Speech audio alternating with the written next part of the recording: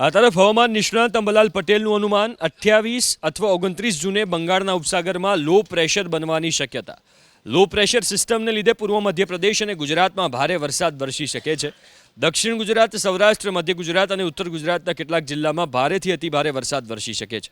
અમદાવાદ અને ગાંધીનગરમાં પણ વરસાદનું અંબાલાલ પટેલે અનુમાન વ્યક્ત કર્યું. એટલું જ નહીં, 29 જૂનથી 7 જુલાઈ સુધીમાં દક્ષિણ ગુજરાતના કેટલાક વિસ્તારોમાં પૂરની સ્થિતિ પણ સર્જાઈ શકે છે. દક્ષિણ સૌરાષ્ટ્રના ભાગોમાં પણ ભારે વરસાદ થવાની શક્યતા છે. ઉત્તર ગુજરાતના કેટલાક ભાગોમાં લગભગ મહીસાગરના ભાગો, આ ઉપરાંત પંચમહાલના અન્ય ભાગો અને વડોદરાના કેટલાક ભાગમાં વરસાદ થવાની શક્યતા છે. કેટલાક ભાગમાં ભારે વરસાદ થવાની શક્યતા છે અને કોઈ ભાગમાં અતિભારે વરસાદ થવાથી ક્યાંક જળભરાવ પણ થઈ શકવાની શક્યતા રહે.